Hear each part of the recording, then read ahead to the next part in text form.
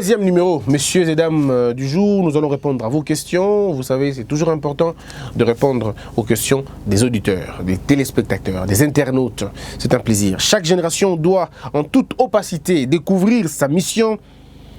Et une fois découverte la mission, cette génération a devant elle deux choix. Soit la trahir, soit l'accomplir. C'est à vous de choisir. C'est Frantz Fanon qui le dit. Choisissez quelle mission. Et c'est quand vous vous réveillez tout le matin, posez-vous la question, suis-je en train de changer mon pays? Suis-je en train de travailler pour l'évolution de mon pays? Ou suis-je en train de détruire mon pays par mes faits, par mes gestes? Tous les jours, est-ce que les actions que je pose sont des belles actions, de bonnes actions ou des mauvaises actions? Et si tu te rends compte que ce sont des mauvaises actions, dis-toi que tu as une âme bien et que donc tu as une conscience, alors reprends le bon chemin. La mission d'un bon citoyen, c'est éclairer son pays, c'est de dénoncer le mal, de participer à l'évolution, au développement de son pays, proposer des choses, hein, des idées, et c'est toujours bien. Critiquer, c'est bien, mais faire aussi des propositions, c'est très correct d'ailleurs. Beaucoup, vous savez, beaucoup refusent de gérer, pas parce qu'ils ne veulent pas, mais parce qu'ils ont peur d'échouer, parce qu'ils n'ont pas de moyens intellectuels. La plupart des politiciens refusent de participer généralement à des choses parce qu'ils savent qu'ils n'ont pas des choses à dire et qu'ils ne veulent pas, tout simplement. Parce que le combat contre le mensonge, les injustices, ce combat reste permanent. Ils n'en ont pas à arrêter. Nous n'allons pas nous arrêter. On va continuer. C'est très important. On va continuer. Alors, messieurs et dames, je commence par Mbouyi Kabeya. La douane en RDC est trop chère, le président doit revoir. Oui, on a longuement parlé de la question. Cette douane, on a dit qu'elle était agressive, on a dit qu'elle était suicidaire, on a dit qu'elle était complice du malheur de Congolais.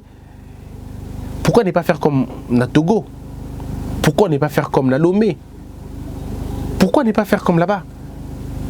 Je vous dis, mesdames, mesdemoiselles et messieurs, si vous lisez les droits du Togo, je vais dire le droit portuaire et les droits sur les investissements, j'ai passé tout mon temps hier à lire quelques articles, mais vous trouvez une souplesse énorme. Donc je comprends pourquoi les Togolais de la diaspora sont, je dirais, à un moment donné, mieux installés, ou ceux qui veulent faire les affaires sérieusement dans leur pays.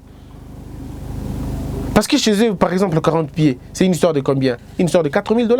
4 000 $, 3 700, 4 500, vraiment 4 000 $. Alors que 40 pieds ici, chez nous, je vous ai dit 14 000 balles. C'est pas sérieux déjà. Vous voyez? Alors eux, ils ont la facilité. Ce qui fait que lorsque vous avez un Congolais qui achète des choses en Chine et un Togolais qui achète des choses en Chine, quand ils rentrent chez eux, le Togolais peut lui créer un empire immobilier stable et assis dans une année ou 2 ans, alors que le Congolais a encore du mal à dédouaner ces histoires. Il est encore dans la phase du dédouanement. Parce que c'est très compliqué. Beaucoup d'argent pour rien. Alors qu'au Togo, par exemple, il y a le guichet unique. Et vous voyez que ça vous permet. Mais ici, vous avez un travail qui allait être fait par une personne, mais on a donné ce travail à 10 personnes. Et une lenteur comme pas possible. Pour un document seulement, pour avoir un document, avec nos farceurs de déclarants. Pas tous, hein, mais nos déclarants aussi. Ouf, je me dis, c'est compliqué. Donc, je crois que M. Félix Tshisekedi a tout intérêt de revoir la question de la douane. Il faut repenser la question. Claire, Christian, tu mérites une émission à la chaîne nationale. Vraiment, tu parles intelligemment. Bravo à toi.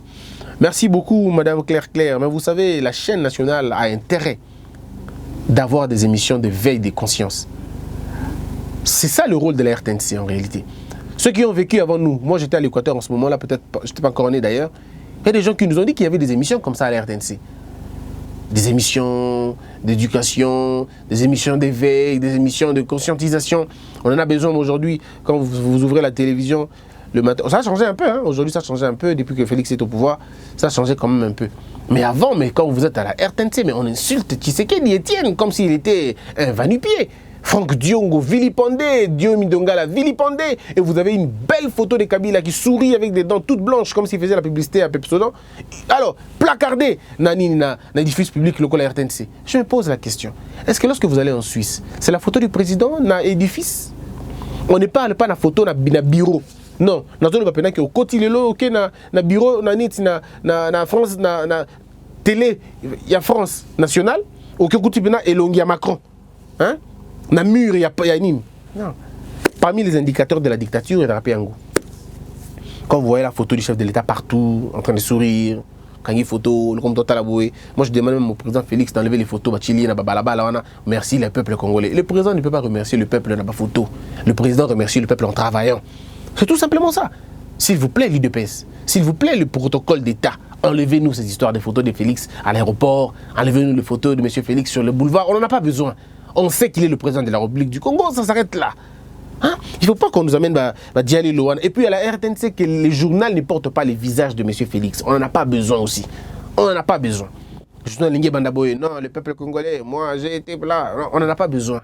On a besoin d'un journal. Et puis dans le corps du journal, on ne peut pas retrouver 10 éléments. Le président a reçu, le président a reçu, le président a reçu. C'est quoi cette histoire du président a reçu? Le président reçoit. Il reçoit lui-même là-bas. Qu'est-ce que nous on a à voir avec le fait que le président a reçu? On parle du président lorsqu'il fait des choses, voyez-vous, des choses qui sortent vraiment de l'ordinaire. Les réceptions, c'est normal. Béatrice Kapinga, bonsoir Christian, merci pour toutes les informations, que Dieu te protège, tu parles bien. Merci Madame Béatrice Kapinga. Ah bon? Black Géant, bravo compatriote Christian Bossembe. Serge Tita plus Serge Ilunga, ils disent la même chose. En tout cas, monsieur Christian, vous avez bien posé la question sur le train de vie des enfants des ministres, ainsi que celui des amis, je veux dire, ses amis de l'État. Oui. Voilà. Mais je veux dire aussi, vous savez qu'il y a une information que je viens d'avoir. Moi, un ministre moko congolais aux États-Unis, à Sombeli Kopenaye, Moutouka, $60 000. Moi, un ministre congolais, je cherche le nom, je vais la voir. Il achète une voiture à son copain, une voiture estimée à $60 000. Mesdames et messieurs, donnez-moi $60 000, je vous construis 4 écoles primaires sérieuses. À Mbandaka, au Bandundu et à Kasangulu. Je peux vous créer 3 écoles primaires de la première année jusqu'en 6e avec un dispensaire. Donnez-moi 60 000 balles, je le fais. Mais quand vous avez 60 000 balles pour donner à un copain, on voit déjà ce que ça veut dire. José Bouima. Ah mon cher Christian, bravo, notre courant est très stable. Stable chez les autres. Oui, justement, parce que nous vendons notre courant, nous ne l'utilisons pas ici. Vous avez Inga qui devient un éléphant blanc. Adolphine Sangara, Christian, c'est bon ton émission. Prochainement, il faudra Olobapé pour Naba. Ma passion Nabiso, ils ont trop. Ma frontière Nabiso, pardon, ils ont trop ouverte. Yango, infiltration, ils ont ébélé. A-t-on vu une frontière ouverte de 6h jusqu'à 23h, ils ont la caté. Botala Likambu, Wana. Je veux dire, l'organisation des frontières, il doit dépendre de l'autorité Nabiso Awa. Le fait qu'une frontière soit ouverte de minuit, 5h là, n'est pas le problème. Mais le problème, c'est la sécurité que vous accordez dans vos frontières. Mais le problème va au-delà de cela. La situation de vie de ceux qui protègent la frontière. Au Congo, tu viens de l'Europe, tu arrives à Kinshasa. C'est-à-dire on te demande l'argent, l'agent censé à immigration, il te demande l'argent. Dites-moi, comment vous voulez changer le pays? Il te dit à peine, chef Toroliate. Et tu n'as pas par moment une carte d'électeur, mais tu donnes 200 francs, tu passes. 2000 francs, tu passes. Parce que tu es pressé, il faut pas fouiller valise là-haut. Tu dis, chef, vous voulez $10. Il t'amène jusqu'au pied d'avion. C'est lui qui t'amène, il ne veut même pas qu'on touche les trucs. Il dit, si c'était une bombe ici. Si c'était une bombe, vous faites quoi? Ça veut dire que le problème, c'est au niveau de la tête, madame. Ce n'est même pas au niveau de... Non, c'est au niveau d'abord de la structure qu'il faut restructurer convenablement nos frontières. Il faut restructurer convenablement nos frontières. Je vous dirai une anecdote qui va vous faire rire. Vous êtes na Goma. Goma, na Rwanda et Kabwani, na Mabele. C'est une terre qui nous sépare. Ça veut dire que si vous êtes à Goma, vous êtes ici, vous êtes à Rwanda, vous êtes là. Mais les désordres que vous voyez dans la frontière de Goma, vous n'avez aucune idée. Un désordre pas possible. Mais lorsque vous traversez à pied, s'il vous plaît, au Rwanda, mais vous sentez un ordre total. Là, au Rwanda. Qui m'a raconté l'histoire? Le bâtonnier. Je ne cite pas de quel bâtonnier, sinon on ne sait jamais. Le bâtonnier, un bâtonnier congolais, il était à Goma. Le bâtonnier doit aller à une conférence à Lubumbashi. Le vol qui doit l'amener à Lubumbashi, ce vol-là est parti. Déjà, il a eu un retard. Alors, on lui dit, la seule chance que tu as, c'est d'aller au Rwanda, prendre un avion à partir du Rwanda et aller atterrir à partir de à Lubumbashi. Alors, il fait un calcul comme ça, il se rend compte que, bon, c'est bon, il faut prendre ça. Alors, qu'est-ce qu'il fait? Il arrive dans, comment on appelle, à la frontière du Congo. On lui tracasse. Ah, mais il dit que je suis bâtonnier. Il sort la carte d'avocat. Non, bâtonnier. Non, non. Ah, Nini, Tikamamouké. Oh, il ne comprend pas. Mes frères, il dit, Christian, j'arrive, je traverse juste à pied. Comme on a commis la frontière à Rwanda. Déjà, le service d'immigration arrive. Messieurs, présentez-vous. Lorsqu'il présente qu'il est bâtonnier, c'est immédiat. Alors, on dit, monsieur, vous êtes bâtonnier, attendez, mettez-vous là. On appelle. Vous savez qu'est-ce qui se passe? On appelle le bâtonnier national du Rwanda, parce que le Rwanda n'est pas comme au Congo. Le Rwanda n'a qu'un seul bâtonnier. On appelle le bâtonnier rwandais. Et c'est le bâtonnier du Rwanda qui dit à ces gens-là, amenez le monsieur bâtonnier à l'hôtel. Qu'il mange, qu'il boive, qu'il se nourrisse, qu'il fasse ce qu'il veut, sous le compte du bâtonnat rwandais. Et quand il arrive, le bâtonnier me dit, Christian, je n'ai jamais vu un pays aussi organisé comme ça. Il dit, je pose mes valises, à la porte on sonne. Quand je viens ouvrir, c'est le bâtonnier du Rwanda. Monsieur le bâtonnier, bonjour, vous êtes bâtonnier, est-ce que je peux voir vos cartes? Et quand il montre ses pièces, il dit, c'est un bâtonnier, il dit, qu'est-ce qui se passe? Qu'est-ce que faites-vous ici? Il explique, il dit, ah ok, je vous paye l'avion et vous allez rejoindre les amis. Est-ce que vous voyez l'ordre? Donc chez vous, c'est comme ça. Au Congo, c'est comme ça, mon frère. Va voir ceux qui sont dans la frontière, ils vous demandent déjà de l'argent. Que voulez-vous? Que voulez-vous? Donc, c'est la première fois que je vois dans un aéroport, on vous dit, test médical, vous payez l'argent. Je dis, c'est impossible. Je suis avec Como, on est à l'aéroport, on veut traverser. Le gars nous dit, Papa Yaka, ah, c'est un service hygiène. Hygiène, c'est une.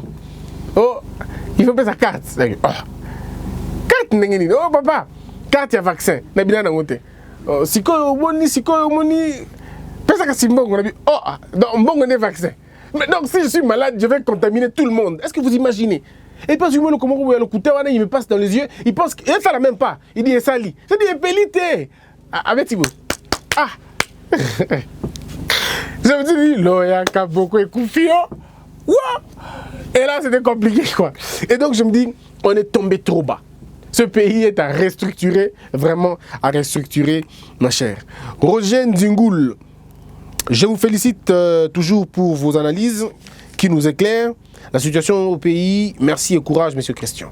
Sudila Céline, merci de nous expliquer avec précision. Merci, monsieur Roger, merci, monsieur Ndingoul. Étienne Fay, est-ce qu'on peut voir au mot une photo, s'il vous plaît?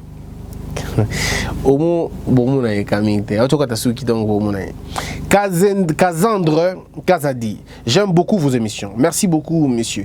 Lily Kabengele et François Kabedi. Franchement, vous avez raison. Nous voulons aider nos frères au pays avec des produits de première nécessité qui pourrissent dans nos entrepôts à cause de la douane qui coûte énormément cher. Du coup, nous allons nous orienter vers l'Afrique de l'Ouest. C'est dommage pour le pays. Vraiment dommage. Hein? Gérard Saloumou. Merci Christian pour le dossier de la douane. Bel exemple dans les cas de 40 pieds. Il y a des containers, j'ai eu du mal à dédouaner et c'était allé jusqu'à 15 000 $. Difficile à renouveler. Messieurs et dames, vous découragez les gens parce que quand vous avez 15 000 $ pour la douane, c'est trop. Ça dit même moi là, les gens me disent, mais les gens, quelqu'un m'a dit, mais Christian, je lui dis, mon cher, je peux acheter une voiture de 4 000 $ en Europe. Je peux bien l'acheter. Mais pour que ça vienne ici, je dois débourser 8 000 $. Est-ce que tu imagines, mon cher ami? Je préfère acheter ici une Jeep. Et donc, si je dois déposer 8 000 $, où je trouve les 8 000 $ d'abord? 8 000 $, c'est quoi son adresse? On trouve ça où? C'est compliqué, je ne fais pas la politique, je ne suis pas député. Qui va me donner 8 000 balles? Voyez-vous le problème? Donc, on est dans un état vraiment des vrais aventuriers. Un autre monsieur m'a fait rire, ça c'était pour rire. Il me dit, Christian, j'ai une voiture que je n'utilise plus ici, je voudrais te l'envoyer. Mais il faut que tu payes la douane. J'ai fait les calculs, la douane, c'était le type de voiture qu'il m'a proposé. Et les calculs de donne ici, je demandais aux déclarants, ils me disent, bon, ah, pourquoi bien, imagine, ils me disent ça, bon, Pesata, attends, 5 000, 6 000, 6 000 francs, ah, $, merci. Attendez qu'on va me nommer, je citerai. Mais c'est compliqué, c'était pour rire. C'est pour dire qu'on a besoin, mais les moyens, la douane, c'est vraiment compliqué. C'est pourquoi au Congo, on dit quand quelqu'un t'achète une voiture et a des données Léo, ça doit être certainement ton frère ou ta mère ou ta femme. Je ne vois pas vraiment quelqu'un de très bonne foi le faire.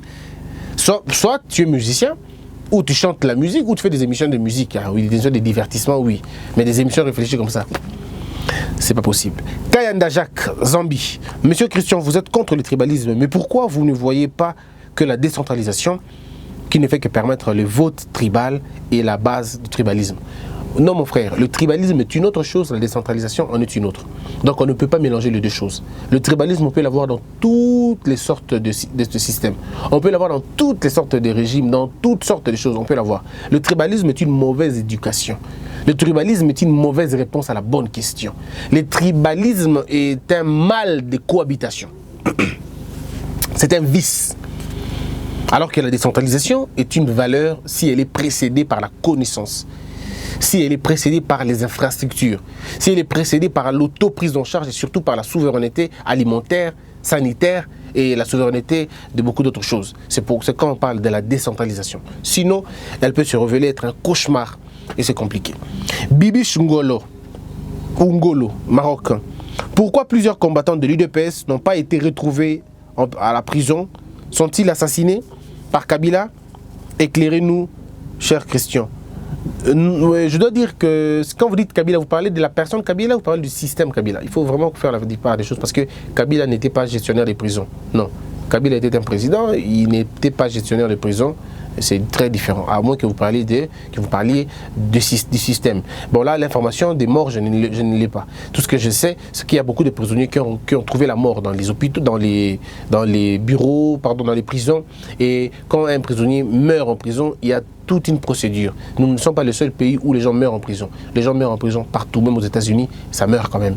Mais il faut juste savoir de quelle maladie est-il mort. Kia Lambala. Où sommes-nous dans le processus de l'installation de l'état-major de la RDC dans la partie est du pays? Accomplira-t-il ses promesses électorales? Mon frère, je dois te dire la vérité, c'est difficile de résoudre, je veux dire, de réaliser toutes les promesses électorales. C'est difficile. Même Obama avait promis la fermeture de Guantanamo, ça n'avait pas vraiment suivi, quoi. C'est pas tic au tac. Quand on fait une propagande et quand on gère le pays, il y a deux pesanteurs totalement différentes. Pendant la période électorale, vous êtes subjectif parce que vous ne mesurez pas la profondeur des choses que parfois vous dites. Mais quand on gère, on est dans l'objectivité parce qu'on sait ce qu'on est en train réellement de faire. Mais est-ce que Félix va tenir cette promesse? Je crois oui, parce qu'il avait envoyé une commission d'études de la faisabilité du dossier. Et cette question est encore en train d'être débattue au niveau de Kinshasa. Pourquoi il ne le ferait pas? Je ne vois pas qui va l'empêcher. Je vous rappelle ici, mesdames et messieurs, que c'est le président qui a la signature. La dernière signature, c'est le président de la République. Et vous avez vu vous-même ce qui est en train d'être fait. Guy Mabiala, Tunisie. La Constitution te donne également le droit de traduire en justice tout celui qui discrédite la Constitution afin de le décourager. Pourquoi tu tardes de traduire Kabila qui n'a pas déclaré ses biens en ta qualité d'avocat?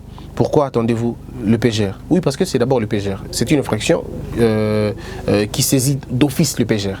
Donc le PGR peut se saisir tout de suite. Si le PGR ne se saisit pas, oui, nous pouvons nous saisir. Mais il y a un problème, c'est que la formulation n'est pas cela. Si celui qui dénigre la Constitution ne commet pas une infraction. Non, c'est celui qui viole la Constitution qui commet une infraction. Dénigrer la Constitution, ce n'est pas la violer. La violer, c'est refuser d'appliquer ce que la loi dit. Comme M. Kabila a violé la Constitution, l'article 99. Et si M. Félix Tshisekedi ne nomme pas un informateur, lui aussi va violer l'article 78. Et donc, s'il viole l'article 78, la conséquence, c'est que monsieur est démissionnaire. Non, c'est pas ça. S'il nomme, c'est pas ça. En tout cas, ne retenez pas ça. C'est que si monsieur Félix viole la Constitution, eh bien, il aura violé la Constitution. Et on va constater que monsieur a violé la Constitution. Et donc ça dépendra maintenant de l'intelligence de chacun d'entre nous, ceux qui voudront le poursuivre pour haute trahison, même si ça ne va vraiment pas être le cas, mais bon, tout le monde peut aller dans ce sens-là. Donc vous voyez que je me suis rétracté pour dire que ce n'est pas ça, hein, pour comprendre ça. C'est le cas de la démission du président, c'est lorsque le président de la République ne déclare pas ce bien dans les 30 jours. L'article 99. S'il ne déclare pas le bien dans les 30 jours, il est considéré démissionnaire. Alors, c'est ça. Stem Dizon, Angleterre. Monsieur Christian, savez-vous que Kabila avait modifié quelques articles de la Constitution, notamment celui qui prévoyait les élections au second tour? S'il vous plaît, parlez de cela pour que Félix revienne à la Constitution initiale de 2006 pour nous montrer réellement qu'il est démocrate. Oui, mon frère, la démocratie, c'est bien, mais c'est un concept très vaste. D'accord? Ce n'est pas parce qu'il va remettre un article ou il va remettre la Constitution à son état qu'il sera démocrate. Non. La démocratie, c'est beaucoup plus grand que ça. Ici, il sera peut-être respectueux des textes. Mais le problème encore qu'il faut qu'il respecte ces textes. Mais notre Constitution, soyons-en sûrs, a besoin d'être modifiée. La Constitution du Congo a besoin d'être modifiée. Nous avons refusé que M. Kabila la modifie parce que ça allait prolonger son pouvoir. Maintenant, nous allons demander à ce qu'on revisite cette Constitution, mais tout en n'échangeant pas l'article 220. Non, en tout cas, on ne peut pas changer l'article 220 de notre Constitution. C'est quoi l'article 220? L'article 220 c'est notre matrice de l'État. C'est le gardien de notre gouvernance aujourd'hui. Ça parle de la forme d'État, de notre gouvernement, pardon, de notre République, la forme de la République. Et au-delà de la forme de la République, ça parle du nombre de mandats et de la durée du mandat. Donc je ne peux pas accepter que M. Félix vienne changer l'article 220 pour qu'il s'octroie un septennat, par exemple. Non, on ne veut pas. On ne veut pas non plus qu'ils viennent nous dire non, écoutez, le mode de scrutin, non pardon, qu'ils nous disent non, vous savez, nous voulons changer, hein, ce n'est plus 2 mandats, ça va maintenant être 3 mandats. Non, le nombre du mandat et leur durée vont rester tels que, et puis la forme de la République va rester au gens. Mais les articles, comme il y a nationalité, on doit changer, on doit modifier. L'article, le coup, là, il y a sénateur, il y a député, il y a sénateur. Nous demandons que les sénateurs soient élus de la même manière que les députés nationaux et même provinciaux, et de la même manière, que le gouverneur. Donc c'est ça, c'est ce qui va porter comme modification. Nous allons travailler sur la question, modifier la Constitution au sujet de la nationalité, modifier la Constitution pour que le gouverneur puisse, en 2023, battre campagne comme président de la République et qu'il soit élu par le suffrage universel direct. Messieurs et dames, ça n'est fini pour aujourd'hui. C'était un grand plaisir pour moi de vous servir. Homo Fortus, c'était de l'autre côté de la réalisation. Vous avez aussi Jérémy Maïkandi. Merci à toutes ces personnes qui continuent à nous aider. Nous sommes à Kinshasa pendant 1 mois. On fera juste 1 mois. Et puis on va repartir à l'Équateur. On reviendra de l'Équateur, on ira au Bandundu. C'est décidé. Le prochain voyage, c'est au Bandundu. C'est dans le Bandundu que nous allons partir. Donc si vous avez des connaissances là-bas qui peuvent nous aider d'une manière ou d'une autre, eh bien mettez-nous en contact avec eux. Nous allons aller dans le Bandundu. Mais seulement on ne va pas dire le jour ni la date. Mais seulement vous savez qu'on va aller dans le Bandundu. Si vous avez des choses à nous dire, ou vous avez des consignes à nous donner, ou vous avez des informations à nous livrer, ou des sites qu'il faut qu'on découvre, n'hésitez pas, écrivez-nous, nous allons aller là-bas et nous allons vous montrer comment les écoles fonctionnent et comment les élèves étudient. Je vous aime bien et je vous retrouve très prochainement. Que la peur quitte nos esprits et que Dieu bénisse la RDC.